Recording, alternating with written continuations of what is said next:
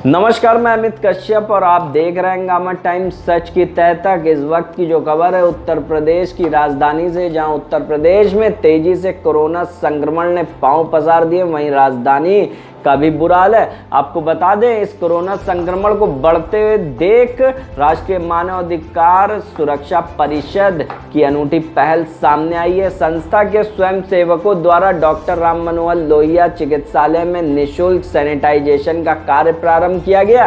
आपको बता दें, संस्था के राष्ट्रीय अध्यक्ष सुबोध श्रीवास्तव से हमारी एंकर अर्चना कश्यप ने खास बातचीत की और जाना किस तरह से अस्पतालों में निजी वाहन, एम्बुलेंस एवं शव वाहनों से मरीजों को ले जाने वाले वाहनों का किस प्रकार से उनकी संस्था के पदाधिकारियों द्वारा कराया जा रहा है सैनिटाइजेशन का कार्य। वहां उन्होंने बताया कि इस समस्या को देखते हुए उत्तर प्रदेश की योगी सरकार ने वाहनों के सैनिटाइजेशन का कोई भी कार्य अस्पतालों पर सुनिश्चित नहीं किया है। वहीं आपको बता दें, संस्था ने डॉक्टर राम मनोहर लोहिया अस्पताल में निजी वाहन, एम्बुलेंस, शव वाहन को सैनिटाइजेशन करने का निर्णय लिया है। आइए डालते हैं हंगामा टाइम्स की एंकर अर्चना कश्यप की एक विशेष रिपोर्ट पर नजर। नमस्कार, मैं अर्चना और आप देख रहे हैं हंगामा टाइम न्यूज चैनल। इस समय हम लोग हैं राष्ट्रीय मानव अधिकार सुरक्षा परिषद के कार्यालय में। जिस तरीके से कोरोना काल में सभी संगठनों के सभी संस्थाएं लोगों के लिए मसीहा बन के कार्य कर रही हैं, उनके तक सुविधाएं पहुंचा रही हैं, तो इस समय हमारे बीच में है राष्ट्रीय मानव अधिकार सुरक्षा परिषद के राष्ट्रीय अध्यक्ष सुबोध कुमार श्रीवास्तव। तो किस तरीके से उनका संस्था कार्य कर रही है और किस तरीके से लोगों के लिए, उनकी सुविधाओं के लिए और उनके तक पहुँच रही है, तो उनसे बातों का सिलसिला शुरू करते हैं। तो बहुत बहुत स्वागत है सर आपका हमारे हंगामा टाइम न्यूज़ चैनल में। अर्चना जी, आपका बहुत बहुत धन्यवाद। जैसा कि आप लोग देख रहे होंगे कि पिछले करीब एक महीने से जो हालात हैं हिंदुस्तान के, कि किस तरह से पूरे देश में कोरोना अपनी क्या नाम चरम सीमा पर है। डेथ रेट कितना ज़्यादा बढ़ चुका है, कोविड पेशेंट डेली निकल रहे हैं। तो सरकार के जो हालात हैं वो सबके सामने है। सरकार समय से ऑक्सीजन लोगों को अवेलेबल करा पा रही है, जो और बेसिक नीड्स हैं उनकी क्या नाम पूर्ति नहीं हो पा रही है। तो इन सब समस्याओं को देखते हुए संस्था ने ये विचार बनाया कि क्यों ना हम लोग मदद के लिए आ गए हैं। देखिए, हम लोग ऑक्सीजन ना बना सकते हैं, ना हम लोग सप्लाई कर सकते हैं, ना हम लोग दवाई बना सकते हैं, ना हम लोग दवाई सप्लाई कर सकते हैं, लेकिन इतना तो हम कर ही सकते हैं कि सही जानकारी लोगों तक पहुँचाएँ। तो उसके लिए हम लोगों ने क्या करा कि लोगों को सही जानकारी देना शुरू किया कि कहाँ से आपको सही रेट पर आपको दवाई मिलेगी, कहाँ से कौन ऑक्सीजन सिलेंडर के सप्लायर्स हैं, वहाँ से आपको ऑक्सीजन मिल सकती है। पहला काम तो ये किया। दूसरा काम ये किया, क्योंकि इस बार बिल्कुल उदासीनता चरम सीमा पर है, सैनिटाइजेशन का काम बिल्कुल भाई मैंने तो नहीं देखा।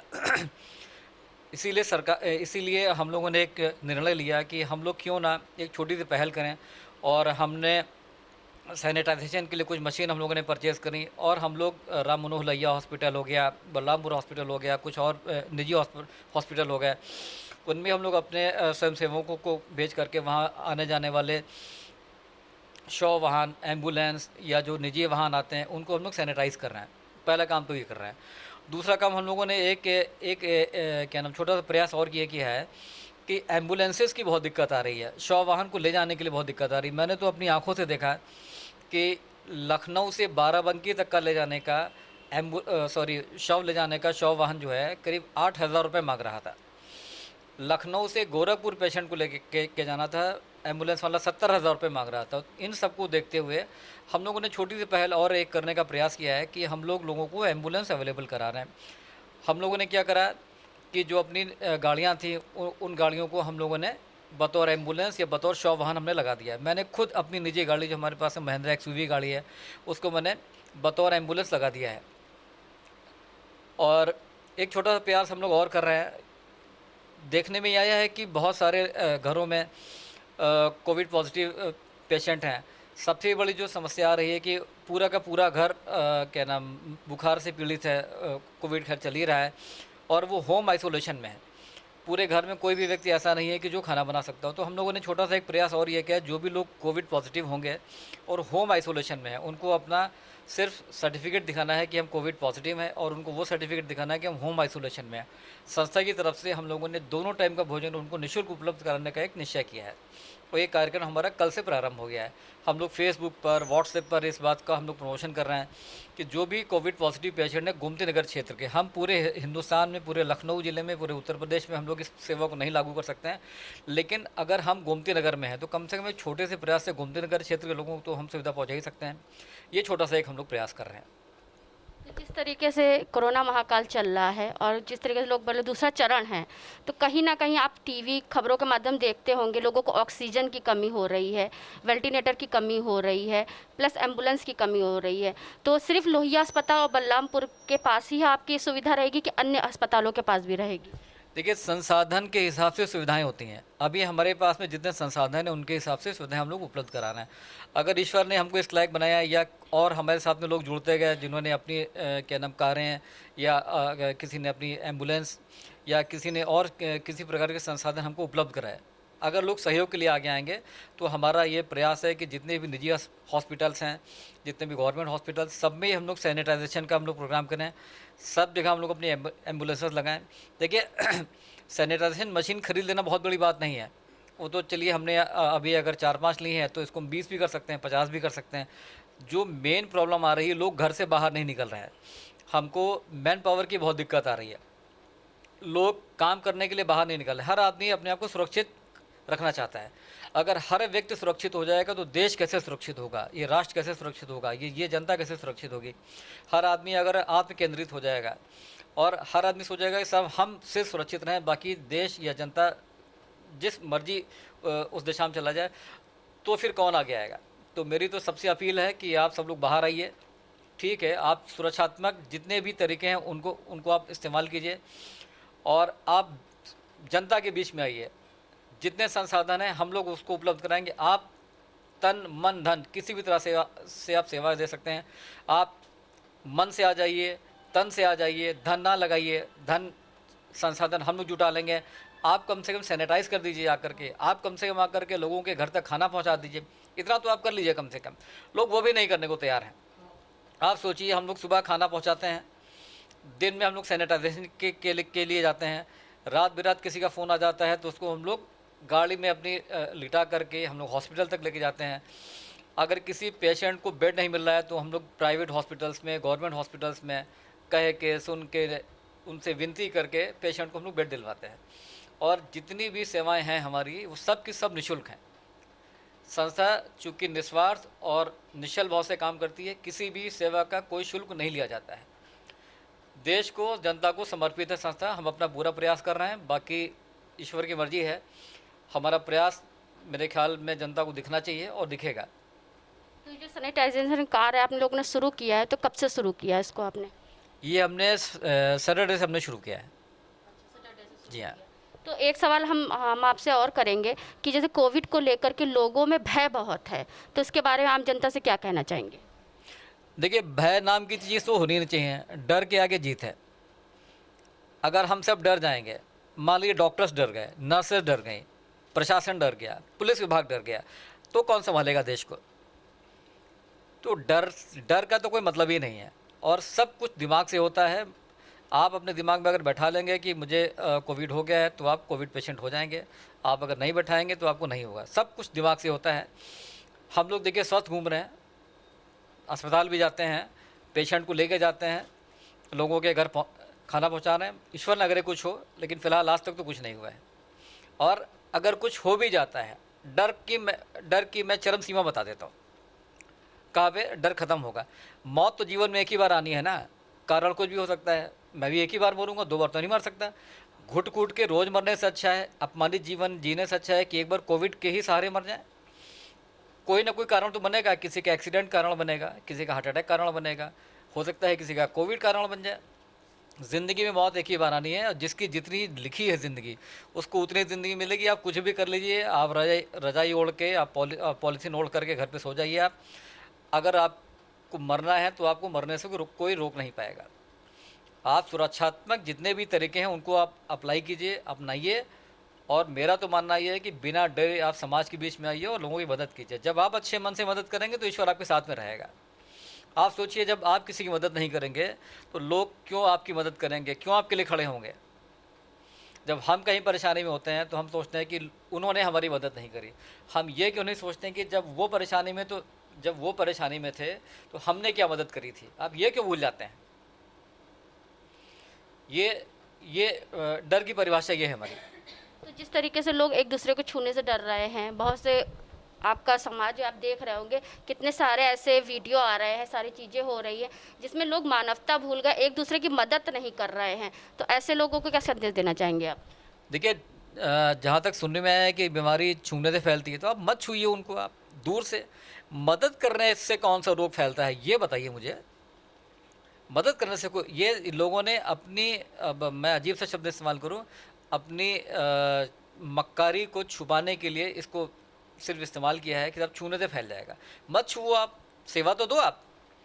आपका पड़ोसी भूख से मर रहा है, आप इस बात के लिए डर रहे हो कि साहब उसको छू लेंगे। मत छुओ, खाना बना के उसको दूर से दे दो। आप किसने कहा छू जा करके? आप ये सिर्फ हम मदद ना कर रहे हैं, मदद ना करने का बहाना है। ठीक है, नहीं छूना चाहिए, मत छुओ आप। हम लोग भी नहीं छूते हैं। जैसे हम लोग हॉस्पिटल जाते हैं, कुछ नहीं छूते हैं। पूरे सुरक्षा के उपाय अपनाते हैं, ग्लव्स पहनते हैं हम लोग, फेस शील्ड हम लोग पहनते हैं, सब कुछ हम लोग करते हैं। इसका मतलब ये नहीं कि हम मदद नहीं करेंगे। आप सुरक्षा के सारे तरीके अपनाइए और मदद के लिए आगे आइए। आप ये वही कह रहा है जिसको मदद नहीं करनी है। जिसको मदद करनी है उसके पास सुरक्षा के सारे उपाय हैं और वो मदद कर रहा है वो। तो सर, एक सवाल हम आपसे और करेंगे। जिस तरीके शासन प्रशासन आप देख रहे हैं न्यूज़पेपर में आए दिन ऑनलाइन नंबर, हेल्पलाइन नंबर दे रहे हैं, लेकिन जनता वहां पे ट्राई करती है लेकिन किसी तरह कोई रिस्पांस नहीं मिलता है। तो आपसे सहायता लेने के लिए वो किस नंबर पे संपर्क कर सकते हैं? देखिए, हमारी संस्था का एक नंबर है, वो हम लोगों ने बाकायदा उसको व्हाट्सएप पे और फेसबुक पे उसको हम लोगों ने चला रखा है। और जितने भी हमारे वॉलंटियर्स जाते हैं, हम लोग सबको कार्ड देते हैं अपना कि अगर आपको कभी भी कोई राउंड दी क्लॉक 24 घंटे में कभी भी आपको कभी भी कोई समस्या हो तो उस नंबर पे, जो हमारा एक ऑफिशियल नंबर है, उससे आप कॉल कीजिए, व्हाट्सएप आप कीजिए। रही बात शासन और प्रशासन की, उनका तो भाई कोई नंबर नहीं लगता है। आप चाहे माननीय जिला अधिकारी महोदय का आप नंबर लगा लीजिए, नहीं लगता है। जितने भी हॉस्पिटल्स हैं गवर्नमेंट के, उनके नंबर आप लगा लीजिए, नंबर नहीं लगते हैं। वो क्या सेवा दे रहे हैं तो ईश्वर जाने। जिस तरीके से पूरा समाज, कई दुबई से भी लोगों के सरकार के फंड में आए हैं, लोगों ने दान किए हैं, तो आखिर सरकार आम जनता के तक सुविधाएं क्यों नहीं पहुंचा पा रही है? देखिए, अब इसमें मैं टिप्पणी क्या करूं, उनकी क्या नीयत है, क्यों नहीं देना चाह रहे हैं। जितना पैसा है वो पर्याप्त पैसा है, इसमें सारे संसाधन जुटा जाते हैं। आपको मैं एक बात यहाँ पे ऐड कर दूँ कि संस्था ने आज तक किसी से 1 रुपया नहीं लिया है। हम जो भी करते हैं वो अपनी क्षमता से करते हैं और ना ही हमें सरकार से कोई ऐसी उम्मीद है कि हम सरकार से कोई पैसा लें। हमने सरकार को लिखित तौर पे दिया हुआ है कि हम सरकार से किसी प्रकार की कोई आर्थिक मदद नहीं लेंगे। हम लोग अपने संसाधन, जब हम कर सकते हैं तो सरकार क्यों नहीं कर सकती है, शासन क्यों नहीं कर सकता है। हमारे पास तो सीमित आय के स्रोत हैं। हम लोग अपने जो भी हमारे बिजनेसेस हैं, हम लोग वहाँ से जो भी पैसा निकालते हैं, प्लस हमारे पास में जो हमारी मेंबरशिप का पैसा आता है, हम लोग उसी से जो भी मदद कर पा रहे हैं वो तो कर रहे हैं। सरकार के पास में तो असीमित स्रोत हैं आय के, वो चाहे तो बहुत कुछ कर सकती है। और मैं तो कह रहा हूँ कि अगर मेरे पास 1-8 करोड़ होता तो मैं पूरे लखनऊ को एकदम सही कर देता। जैसे पिछले साल भी देखा गया, जब 25 मार्च से लॉकडाउन लगा, संस्थाएं संगठनों ने जितना कार्य किया उतना सरकार ने नहीं किया। इस समय भी वही हाल है। पिछली बार जिन भी लोगों ने, जिन भी संगठनों ने अच्छा कार्य किया उनको बधाई बहुत सारी। और इस बार भी सामाजिक संगठन बहुत सारे एक्टिव हैं, बहुत सारे, और सरकार को आगे आना चाहिए इस मामले में। मैं तो कहता हूँ कि जो सरकार के जो माननीय सांसद महोदय हैं या विधायक महोदय हैं या जो पार्षद हैं, जितने भी राजनीतिक लोग हैं, इन सबको आगे आना चाहिए। मैंने अखबारों में पढ़ा कि लोग विधायक निधि से अनुदान कर रहे हैं। क्या सिर्फ वोट मांगने का आपको अधिकार है? जब पूरा देश, पूरी आपके क्षेत्र की जनता परेशान है, जब हम लोग अपने निजी खर्चों में से कुछ पैसे बचा करके अपनी संस्था के जो हमारे पैसे हैं उनमें से हम लोगों की मदद कर सकते हैं, तो आप तो उस क्षेत्र के प्रतिनिधि हैं। आपको अपने निजी पैसे में से कुछ पैसा आपको समाज को खर्च करना चाहिए, लेकिन नहीं कोई करता है। विधायक निधि से, सांसद निधि से लोग उसमें डोनेट कर रहे हैं। आप सोचिए, हम लोग अपने पैसे, अपने घर के पैसे से, हम लोग जो अपने बिजनेस से पैसे हम लोग अर्न करते हैं, उस पैसे से हम लोगों की मदद कर रहे हैं। किसी व्यक्ति से 1 रुपया नहीं लिया जाता। कोई व्यक्ति इस बात को नहीं कह सकता कि हमसे किसी भी सेवा के नाम पे 1 रुपया लिया गया हो। पेशेंट को चाहे घर से लाना हो या हॉस्पिटल से घर छोड़ना हो या डेड बॉडी को छोड़ना हो, किसी भी सेवा का 1 रुपया आज तक नहीं लिया गया है और ना लिया जाएगा। जब हम ये कर सकते हैं तो सरकार और सरकार के जो प्रतिनिधि हैं, सांसद, विधायक, पार्षद और बहुत सारे लोग होते हैं, वो क्यों नहीं कर सकते। ये थे हमारे साथ में राष्ट्रीय मानव अधिकार सुरक्षा परिषद के राष्ट्रीय अध्यक्ष सुबोध कुमार श्रीवास्तव, जिन्होंने बताया बलरामपुर और लोहिया के पास किस तरीके से उनका संस्था कार्य कर रहा है। तो अभी हम लोग लोहिया भी चलेंगे और वहाँ पे आपको जमीनी तौर पे हकीकत दिखाएंगे कि किस तरीके से लोग जो बोलते हैं वो करते भी। तो अब हम पहुँच चुके हैं लोहिया अस्पताल पे। आप स्क्रीन पे देख रहे होंगे, इस समय हम लोग हैं लोहिया अस्पताल में, जहाँ पे राष्ट्रीय मानव अधिकार सुरक्षा परिषद किस तरीके से सैनिटाइजेशन का कार्य कर रहा है वो भी हम आपको दिखाएंगे। आइए चलते हैं, ये कार्य आपको दिखाते हैं।